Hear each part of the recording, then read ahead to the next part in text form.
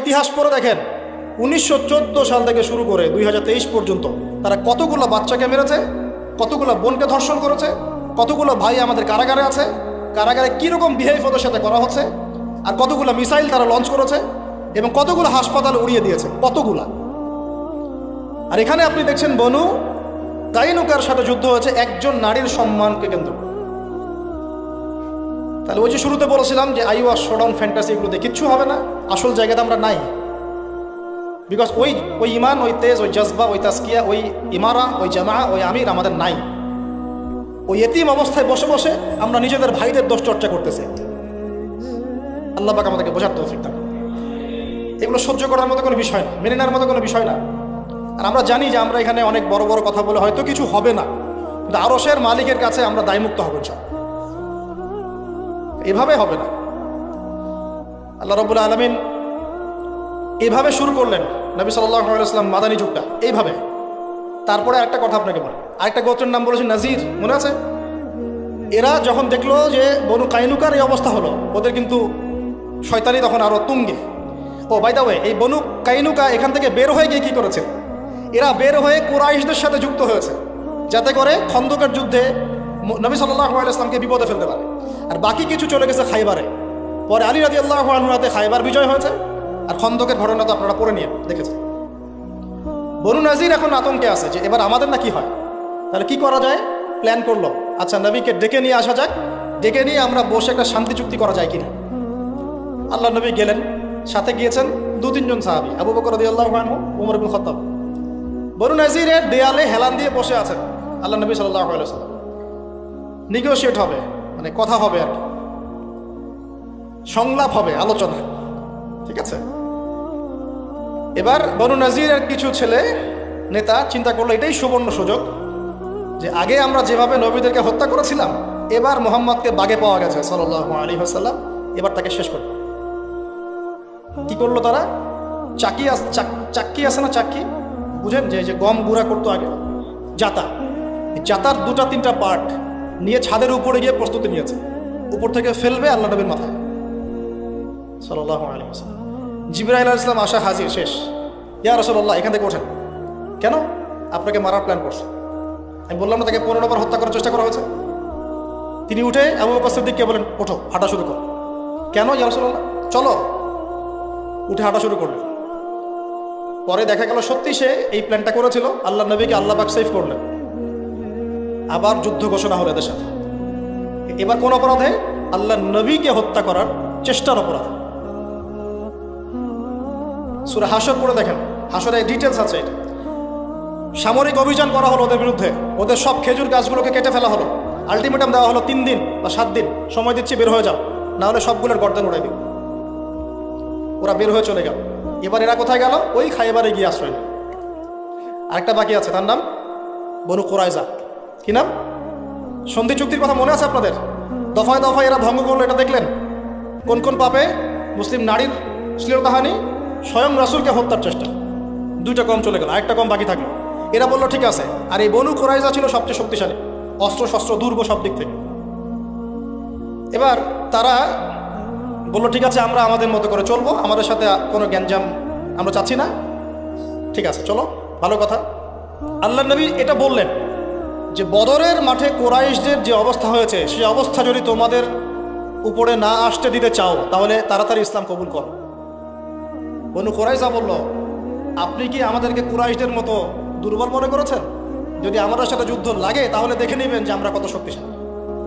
আল্লাহ নবী সবর করলেন, তারপরেও ধৈর্য ধরলেন। সাহাবীদেরকে বলেন ধৈর্য ধর। এবার খন্দকের যুদ্ধ চলছে, মনে আছে খন্দক? 10,000 সৈন্য নিয়ে কুরাইশরা এসেছে, সামনে খাল খুঁড়ে ফেলা হয়েছে। সবাই সিরাত পড়বেন বাসায় গিয়ে, কমপক্ষে এই সিরাতে খতামুল আম্বিয়াটা পড়েন, অথবা নবী রহমতটা পড়েন, বা আর রাহিকুল মাখতুমটা পড়েন, এগুলো সব লেখা আছে। এবার তারা কুরাইশদের সাথে যুক্ত হলো। আল্লাহ নবীকে কথা দিল যে আমরা ওদের সাথে নাই, আমরা আপনাদের সাথে আছি। যখন কুরাইশরা আক্রমণ করলো, এরা আবার তখন পাল্টি নিয়ে নিল, আর কি ভাষা পরিবর্তন করে ফেল। আল্লাহ নবী সাল্লাল্লাহু আলাইহি ওয়াসাল্লাম, এটা কতদিন হয়েছে? প্রায় 1 মাস 1.5 মাসের মতো, 1.5 মাস মদিনা অবরোধ করে রেখেছেন তারা। পরে আল্লাহ পাক ধূলি ঝড় পাঠিয়েছেন, ফেরেশতা নাজিল করেছেন, সাহাবীদের সাথে দফায় দফায় কয়েকটা সংঘর্ষ হয়েছে। তারা খন্দক খাল খুঁড়ে সামনে আসতে পারে নাই। ওই সালমান ফারসি রাদিয়াল্লাহু আনহু এই পরামর্শ দিয়েছিলেন, মনে আছে আপনাদের? যাই হোক, আবু সুফিয়ানের বাহিনী ফেরত চলে গেল খন্দক থেকে, তারা আর পেরে উঠলো না। এবার বনু কুরাইজার সাথে ডিল করার পালা। ওই যে হাদিসটা এসেছে যে কেউ আসরের নামাজ পড়বা না বনু কুরাইজায় না গিয়ে, মনে আছে হাদিস? মনে আছে? সাহাবীর দুটা দল হয়ে গেল, একদল আগে নামাজ পড়ে, একদল পড়ে। যেখান থেকে আমরা এই যে মাযহাবের দলিলগুলো নিয়ে আসি, যে সাহাবীদের মধ্যে দুটা মাযহাব হয়ে গেল। তো বনু কুরাইজায় গিয়ে নবী সাল্লাল্লাহু আলাইহি ওয়াসাল্লাম অবরোধ করলেন। নবীজি বললেন কেউ বর্ম খুলবে না, কেউ তরোয়াল রাখবে না যতক্ষণ পর্যন্ত বনু কুরাইজাকে ওর সাথে আমরা ডিল না করছি। এবার বনু কুরাইজাকে বাগে পেয়ে, কুরাইশরা তো চলে গেছে, আবু সুফিয়ানরা চলে গেছে, ওদেরকে একা ফেলে এরা চলে গেছে। যদি মুসলমানরা সত্যি কিছু করতে পারতো, দেখতেন এরা এখনও এগুলো ফেলে চলে যাইত। এই বন্ডিং থাকতো না, পশ্চিমাদের বন্ডিং থাকতো না। ওরা সবসময় মানুষের সাহায্য নিয়ে চলেছে। এখানে যেমন মদিনায় মানুষের সহযোগিতা নিয়ে চলেছে, এখন ওরকম পশ্চিমাদের সহযোগিতা নিয়ে চলছে। আগে ব্রিটেনের হাত ধরে ঢুকেছে, আমেরিকার হাত ধরে বড় হয়েছে, এখন নিজে অনেক শক্তিশালী হয়ে গেছে। এই বন্ডিংটা না থাকলে ওই অল্প কিছু ৩-৪ হাজার ভাই মিলে এদেরকে এখান থেকে তাড়িয়ে দিতে পারত। সম্ভব এটা? আরবের রাষ্ট্রের দরকারই নাই। তোরা ফুটবল খেলা দেখ নেইমারকে নিয়ে, ওটাই করতে থাক। ফুটবল খেলা দেখছেন না এখন?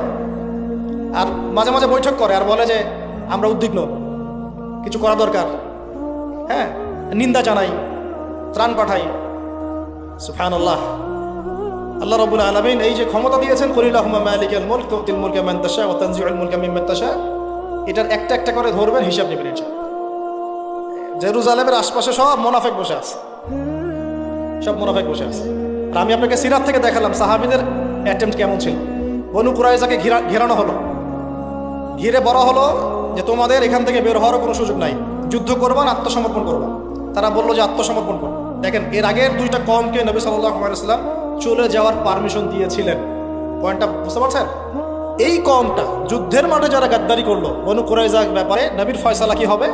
নবী বলছেন সাদ বিন মুয়াজ যে ফয়সালা করবে সেটাই ফয়সালা। কোন সাহাবী? সাদ বিন মুয়াজ, বিশিষ্ট সাহাবী, আওস গোত্রের সাদ বিন মুয়াজ রাদিয়াল্লাহু আনহু বললেন, তিনি ওই ফয়সালা করলেন যেই ফয়সালা উমর ইবনুল খাত্তাব বদরের মাঠে করতে চেয়েছিলেন। বদরের মাঠে যুদ্ধবন্দীদের ব্যাপারে উমরের ফয়সালা কি ছিল? কতল। ইয়া রাসূলুল্লাহ, রক্তপানের দরকার নাই, মুক্তিপণের দরকার নাই, সবগুলোকে কতল করে দেন, এরা থাকলেই সমস্যা সৃষ্টি করে।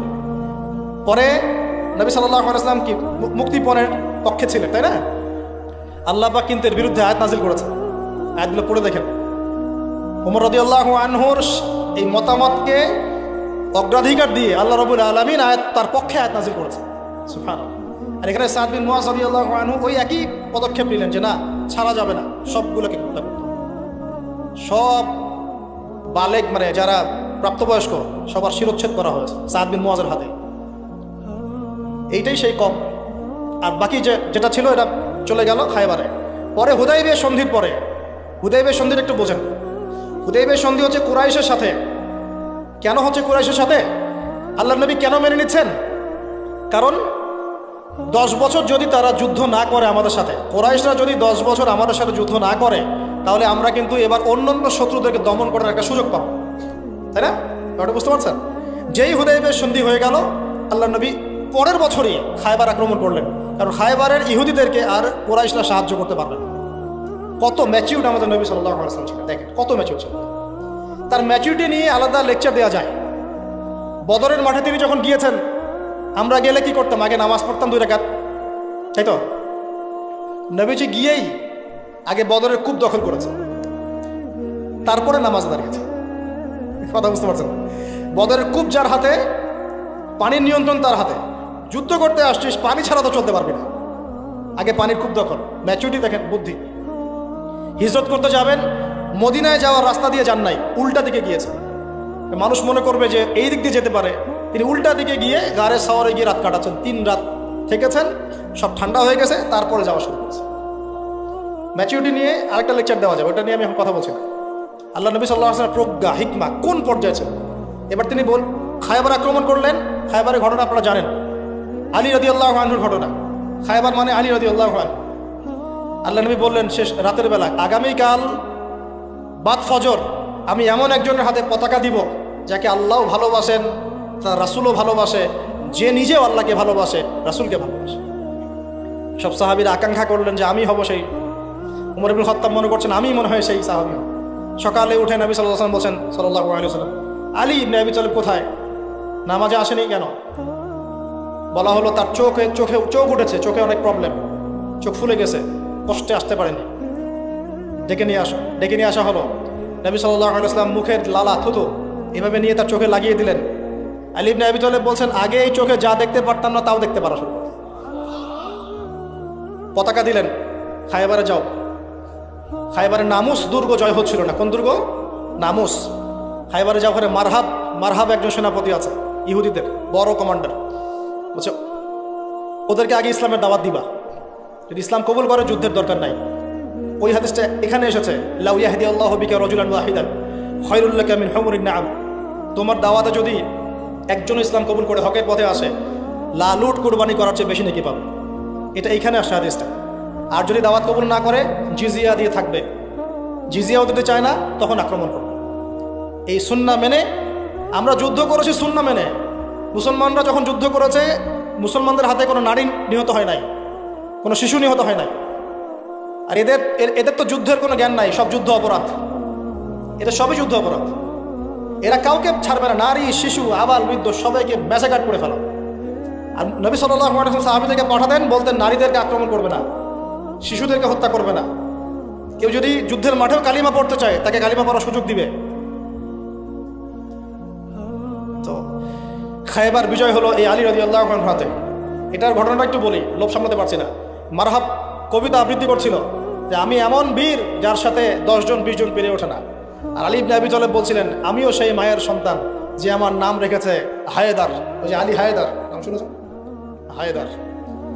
তো মারহাব আলী রাদিয়াল্লাহু আনহুকে কয়েকটা আঘাত করেছে, প্রত্যেকটা আঘাত তিনি ঢাল দিয়ে প্রতিহত করেছেন। এক পর্যায়ে এটা হিস্ট্রির মধ্যে আসছে, এটা কোনো হাদিসের দলিল না, হিস্ট্রির মধ্যে আসছে। আলী রাদিয়াল্লাহু আনহুর হাত থেকে ঢালটা পড়ে যায়। ঢাল বুঝতে পারছেন কি? ঢালটা পড়ে যায়। তখন খায়বারের লোহার যে দরজা, এই দরজার একটা কপাট বিসমিল্লাহ বললে আলী রাদিয়াল্লাহু আনহু খুলে ঢাল হিসাবে ইউজ করা শুরু করে। যে আলী হায়দার আসাদুল্লাহ, আল্লাহর সিংহ। আল্লাহ পাক তাকে এত শৌর্য বীর্য শক্তি দিয়েছিলেন বলার মতো না। মানে এটা বলতে গেলে আমরা আলাদা লেকচার লাগবে। আলী ইবনে আবি তালেবকে নিয়ে কথা বলতে হবে। মানুষ যার জীবনী পড়লে ঈর্ষা হয়। একদম ছোটবেলা থেকে নবী সাল্লাল্লাহু আলাইহি ওয়াসাল্লামের সাথে ছায়ার মতো ছিল। আর হাদিস এসেছে কিয়ামতের মাঠে সবচেয়ে দ্রুত হিসাব হবে আলী রাদিয়াল্লাহু আনহু। যাবেন বেরো চলে শেষ। সুবহানাল্লাহ। তো এরপরে আলী ইবনে আবি তালেব তার তরোয়াল দিয়ে মারহাবকে একটা আঘাত করেন মাথার মাঝখানে। কোথায়?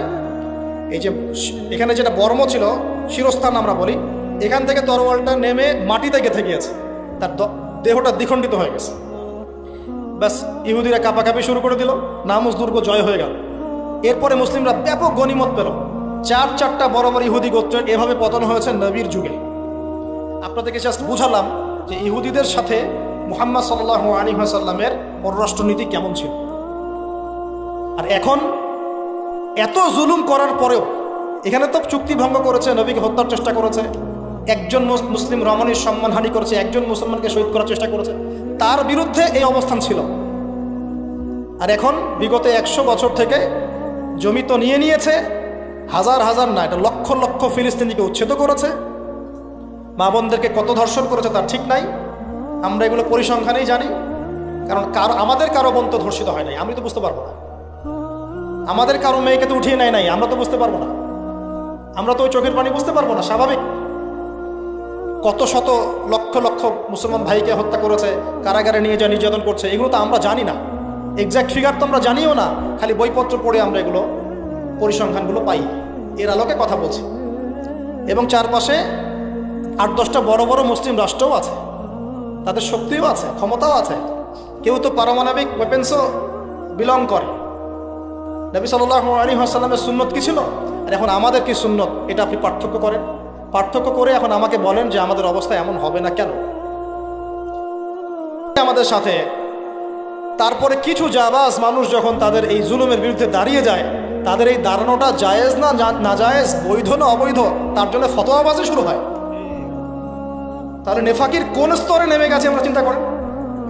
100 বছর থেকে এই জুলুম করার পরে জুলুমের পর জুলুম করার পরে আমাদের জায়গা, আমাদের জমি, আমাদের মা, আমাদের বোন, আমাদের বাচ্চা, কতগুলো বাচ্চাকে তারা হত্যা করেছে আল্লাহই ভালো জানেন পরিসংখ্যান, কতগুলো বাচ্চাকে তারা হত্যা করেছে। এক বোমে 200 জনকে মারতে পারে, আরেক বোমে 300 জনকে মারতে পারে। হাসপাতালে আশ্রয় নেওয়া মানুষকে বোম মেরে হত্যা করতে পারে। হাসপাতালে মানুষ আছে 500-600, চিকিৎসা নিতে গিয়েছে, সেখানে বোম মারতে পারে। দাজ্জালকে চিনতে আপনাদের এখনো বাকি আছে? সে পৃথিবীতে যা ইচ্ছা তাই করবে। তার অনুসারী এই জায়নিস্ট ইহুদিরা এখন যা ইচ্ছা তাই করছে। আর ও যখন বের হবে তখন কি অবস্থা হবে তাহলে চিন্তা করেন, ভাবেন। আর এদের বিরুদ্ধে যখন কিছু মানুষ প্রতিবাদ করে, প্রতিরোধ গড়ে তোলে, বই লিখে, কলম লিখে, সঙ্গীত রচনা করে বা কিছু করে, তখন আমরা এগুলোর সমালোচনা করা শুনি।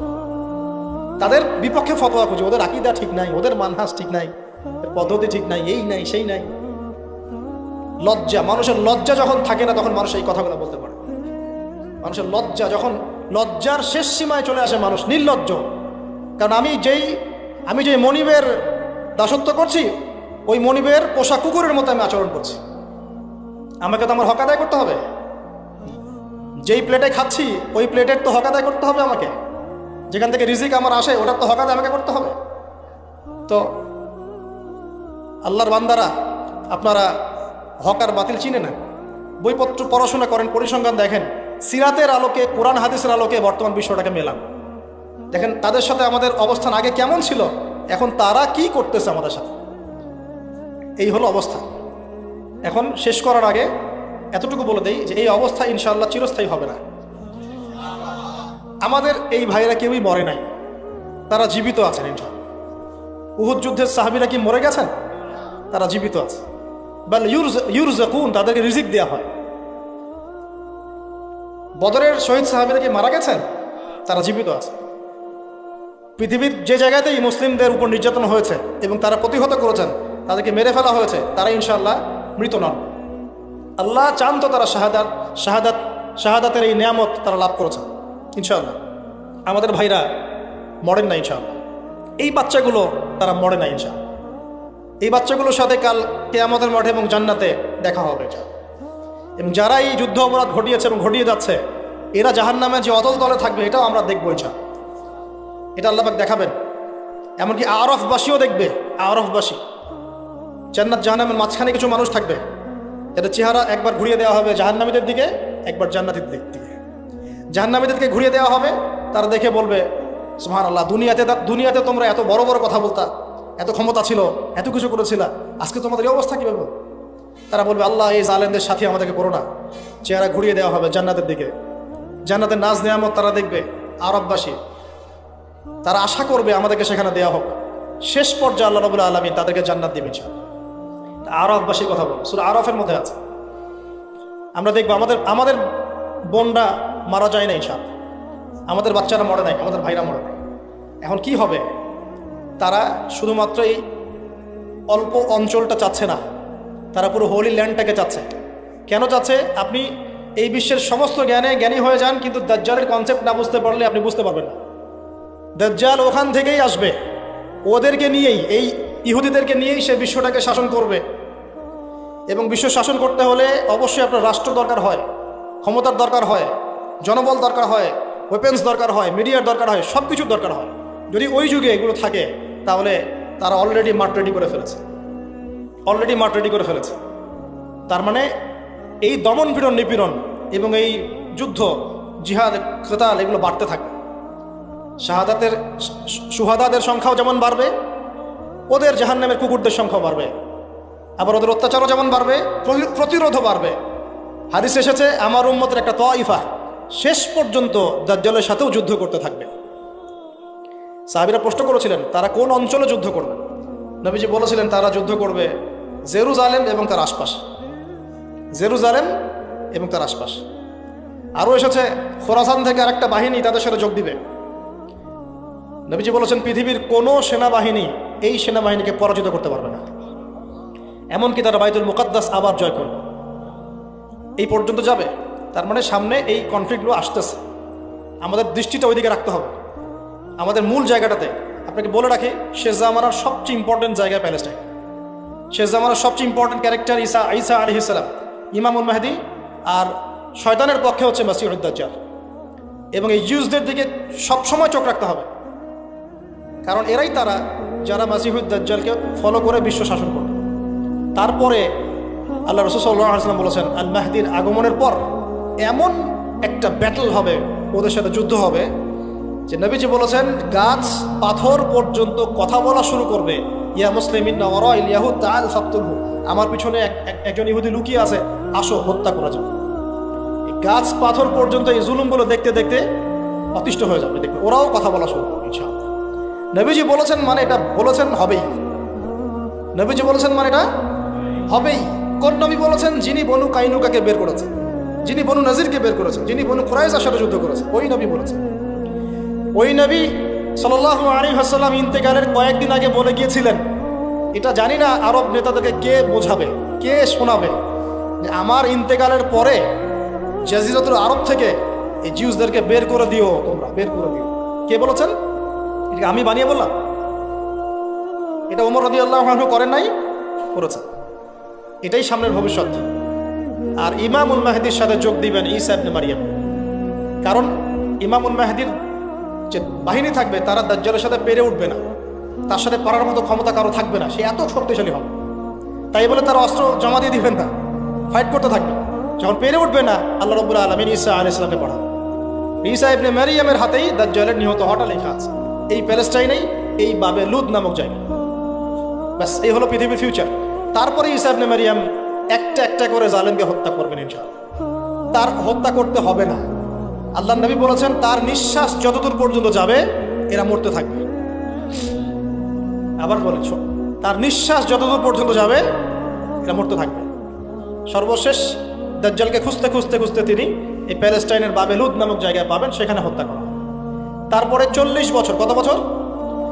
40 বছর ঈসা আলাইহিস সালাম এই বিশ্বটাকে শাসন করবেন। কত বছর? 40 বছর। ওখানেই সভ্যতা শেষ হবে। তারপরে মানুষ আবার খারাপ হওয়া শুরু করবে, এমন একটা অবস্থা হবে যে মানুষ রাস্তাঘাটে জেনা করছে। আল্লাহ আল্লাহ এই শব্দগুলো বলার মতো একটা মানুষও থাকবে না। এটা কখন হবে? 40 বছরের খেলাফতের পরে, আরো পরে। তার মানে আরো অনেক সময় পরে আছে অবশ্যই, এগুলো সামনে হতে যাচ্ছে। একটা জেনারেশনে খারাপ হতে তো অনেক সময় লাগে, লাগে না? কমপক্ষে 100 বছর লেগে যায় একটা জেনারেশনে খারাপ হতে। আমরা জানি না, আল্লাহু আ'লাম। তবে ঈসা ইবনে মারিয়ামের এই বিশ্ব শাসনের পরে, 40 বছর বিশ্ব শাসনের পর এই অবস্থাটা আসবে। আর ওই কওমের সামনেই পশ্চিম দিক থেকে সূর্য উঠবে, মানে কি কিয়ামত। তারপরে দ্বিতীয় ফুৎকার, আমরা সবাই উঠে দাঁড়াবো। তারপরে কি? ফামান ইয়া'মাল মিসকালা যাররাতিন খায়রান ইয়ারা ওয়া মান ইয়া'মাল মিসকালা যাররাতিন শাররান ইয়ারা। ব্যাস, এই হলো আমাদের ডেস্টিনেশন বন্ধু। এখন আমাকে বলেন, আপনারাই বলেন, এখন তাহলে আমাদেরকে কোন কোন জায়গাগুলোতে বেশি ফোকাস করা দরকার? ফেসবুক, ইউটিউব, আপোষে গীবত, তহমত, সমালোচনা, ইখতিলাফি মাসলা নিয়ে আমাদের ঝগড়া, ভাইয়ের সম্মানহানি করা, ধুয়ে দেওয়া। ধুয়ে দিলেন, টাইটেলও মাশাআল্লাহ, মানে হচ্ছে ওয়াশিং মেশিন। হ্যাঁ, আমরাও কোনো কোনো জায়গায় দেখি ভিডিও সামলাইন দিয়েছে, অগ্নি ঝরা বক্তব্য। কি আগুন ঝরা দিয়ে আসলাম? হ্যাঁ, সকালে মানুষ ভুলে গেছে। কেন এইসব করতে চান? ইখলাস ঠিক রাখেন, আন্তরিকতা ঠিক রাখেন, নিয়াত বিশুদ্ধ রাখেন, ওলামায়ে কেরামদের সোহবতে থাকেন, ইনশাল্লাহ ভালো কিছু হবে ইনশাআল্লাহ। উম্মার ভবিষ্যৎ সামনে ভালো। এখন যা দেখছেন এটা থাকবে না ইনশাআল্লাহ।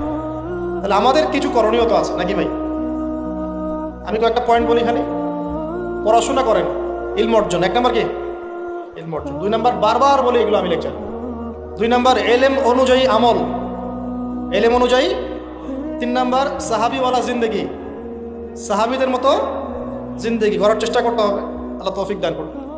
4 নম্বর, হালাল খাইতে হবে, হালাল রিজিক, যেটা এই বিশ্বে খাওয়া খুব টাফ, তারপরেও চেষ্টা থাকবে। 5, আদর্শ পরিবার, আদর্শ ইসলামিক পরিবার।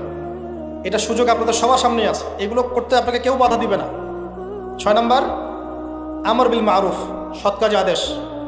7, নাহি আনিল মুনকার, অসৎ কাজে নিষেধ। 8 নম্বর, আমরা বিভক্তি বাড়াবো না, ঐক্যবদ্ধ করতে পারি না পারি, উম্মার মধ্যে বিভক্তি বাড়াবো না। 9 নম্বর, আমরা ইসলামের মূল শত্রুদেরকে চিহ্নিত করব, তাদের বিরুদ্ধে আমাদের অবস্থান, মুসলমানদের বিরুদ্ধে আমাদের অবস্থান না। আমরা মূল জায়গায় থাকবো, মূল জায়গা থেকে সরে যাব না। 10 নম্বর, আল্লাহ পাক যা দিয়েছেন আপনাকে, জান মাল সময় শ্রম যা দিয়েছেন আল্লাহ পাক আপনাকে আমাকে, ওইটাকে আল্লাহর রাস্তায় বিলিয়ে দেন ইনশাআল্লাহ। এই কাজগুলো যদি আমরা করতে পারি, আশা করা যায় ভালো কিছুই হবে ইনশাআল্লাহ।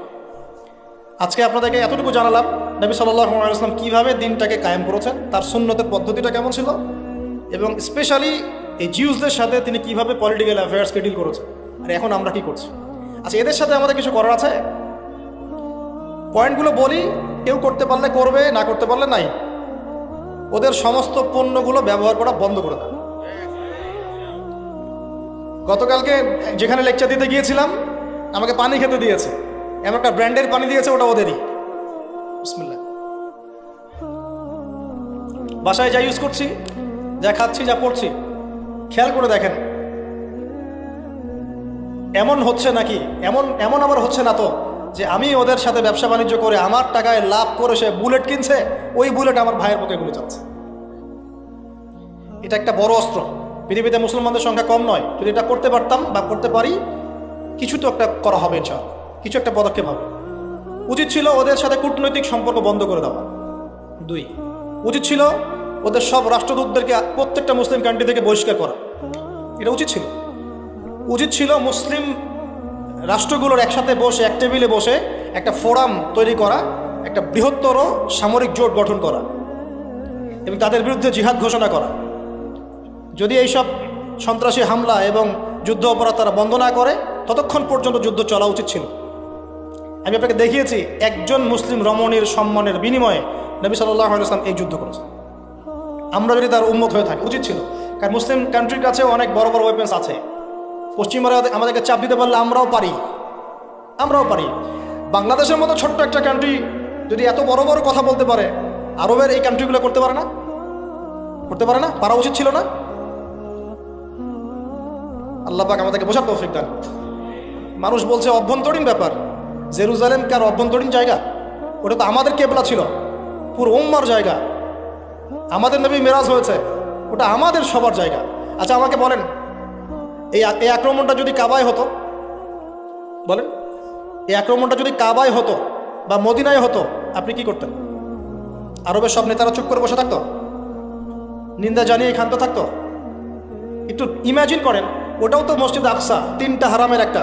কয়টা হারাম? কয়টা? কাবা, বাইতুল্লাহিল হারাম, মসজিদ নববী, আকসা। ওটা আমাদের না? এখন মনে করেন যে ওই হারামে আক্রমণ হয় নাই, হয়েছে মসজিদুল হারামে, তাহলে আপনি কি করতেন? খালি নিন্দা প্রস্তাব দিতেন? তখন কি শায়েকরা বলতো যেটা অনুচিত হচ্ছে, আকীদা ঠিক নাই, মানহাজ ঠিক হচ্ছে না? আমার কথার উত্তর দেন। এখন যদি মদিনায় এই হামলাটা করতো ইহুদিরা, নাউজুবিল্লাহ, তাহলে কি আপনি এখন ফতোয়া খুঁজতেন প্রতিহত করার? ওইটা তো আমাদেরই, ওটা তো আরেকটা কেবলা, আরেকটা হারাম। 100 বছর হয়ে গেল। কত বছর ভাই? 100 বছর থেকে এগুলো হয়তো কেউ বলে যায়, কেউ লিখে যায়, সবার মাথায় ঢোকে না। তবে যাদের মাথায় ঢুকবে না, আল্লাহ পাক ওদেরকে সরিয়ে দিবেন, দিয়ে নতুন জেনারেশন নিয়ে আসবেন এবং ইনশাআল্লাহ ওদের হাতে ওই জায়গাটা বিজয় হবে। সেটা শুরু হয়ে গেছে মাশাআল্লাহ, অলরেডি শুরু হয়ে গেছে মাশাআল্লাহ। তো আমরা এটা করতে পারতাম, একটা সামরিক জোট করতে পারতাম, অথবা আমরা কূটনৈতিক তৎপরতা করতে পারতাম, তাদেরকে চাপে রাখতে পারতাম। আরেকটা কাজ করতে পারতাম যেটা আমরা এখন পারি, এটার বিরুদ্ধে জনসচেতনতা তৈরি করা এবং এই হিস্ট্রিগুলোকে পাঠ্যপুস্তকের অন্তর্ভুক্ত করা, যাতে আমাদের সন্তানরা জানতে পারে। এই হিস্ট্রিগুলো কে জানে? কয়জন জানে? এবং তাদের এই ব্যাংকিং সিস্টেম, পলিটিক্যাল সিস্টেম, তাদের মিডিয়া, প্রযুক্তি, এগুলোর বিরুদ্ধে আমাদের পলিটিক্যাল সিস্টেম, আমাদের ব্যাংকিং সিস্টেম, আমাদের নিজস্ব মিডিয়া, প্রযুক্তি, এগুলো থাকা উচিত ছিল। এখন আমরা যেখানে কথা বলছি না, যে প্ল্যাটফর্মগুলোতে, এগুলোও তারাই নিয়ন্ত্রণ করছে। আপনি তো অ্যাপেল ইউজ করেন, গুগল ইউজ করেন, আমি গুগল ইউজ করি, আপনি ফেসবুক ইউজ করেন, সবই তো প্ল্যাটফর্ম। ওখানে গিয়ে আপনি কুমিরের পুকুরে নেমে ওর সাথে যুদ্ধ করা যায়? আমাদের উচিত ছিল ওদের প্রযুক্তির বিরুদ্ধে আমাদের স্বতন্ত্র প্রযুক্তি লঞ্চ করা, ওদের ওয়েপেন্সগুলোর এগেনস্টে আমাদের স্বতন্ত্র ওয়েপেন্স লঞ্চ করা, ওদের যে ব্যাংকিং সিস্টেম, ফাইন্যান্স সিস্টেম, এর বিরুদ্ধে আমাদের স্বতন্ত্র সিস্টেম লঞ্চ করা। এগুলো আরও 50 বছর আগে উচিত ছিল, তাহলে আজকে এই দিন আমাদেরকে দেখতে হতো না। যাই হোক, আমরা করতে পারি নাই। আল্লাহ পাক যেন এমন কম নিয়ে আসেন যে কম এটা করতে পারবে। এবং আগামী দিনের মুসলিমদের এই যে বিজয়, এই যে ভবিষ্যৎটা অপেক্ষা করছে, এর জন্য আমরা আমাদের সন্তানদেরকে প্রস্তুত করবো ইনশাআল্লাহ। এবং আমরাও আধ্যাত্মিকভাবে পবিত্র হব, নামাজি হব, মুত্তাকি হব, ওলামায়ে কেরামের সোহবতে থাকবো, হালাল খাবো, আমর বিল মারুফ নাহি আনিল মুনকারের কাজ চলতে থাকবে ইনশাআল্লাহ। যে যেভাবে পারি আমরা হকের পক্ষে থাকবো, বাতিলের বিরুদ্ধে অবস্থান নেব। তবে আমরা আমাদের শান্তিপূর্ণ রাষ্ট্রে কোনো রকম বিশৃঙ্খলা সৃষ্টি করব না। কারণ একটা রাষ্ট্রের মধ্যে যদি আপনি বিশৃঙ্খলা সৃষ্টি করতে চান, তাহলে হিতে বিপরীত হবে। হিতে কি হবে? বিপরীত হবে। আল্লাহর কাছে দোয়া করি আল্লাহ পাক যেন আমাদেরকে যোগ্য একজন নেতা দান করেন এবং অনুসারীদের মধ্যে ইসলাম প্রবেশ করান। সবার কলবগুলোকে আল্লাহ পাক দ্বীনের দিকে ঘুরিয়ে দেন। সবাইকে আল্লাহ পাক দ্বীনের ইলম অর্জনের তৌফিক দেন। আলেমদেরকে আল্লাহ পাক দীর্ঘদিন হায়াতুত তাইয়্যিবা দান করেন এবং আমাদের মধ্যে আপোষের বিভক্তিটা আল্লাহ পাক কমিয়ে দেন। আমাদেরকে বিচক্ষণ হওয়ার তৌফিক দান করেন, ইস্যু পাগল না হওয়ার তৌফিক দান করেন। আল্লাহ পাক আমাদের সবাইকে যেন হালাল রিজিকের ব্যবস্থা করেন, আদর্শ পরিবার গড়ে দেন এবং আমাদেরকে এমন একটা প্রজন্ম গড়ার তৌফিক দান করেন যারা ইনশাআল্লাহ হকের পক্ষে থাকবে, বাতিলের বিপক্ষে অবস্থান।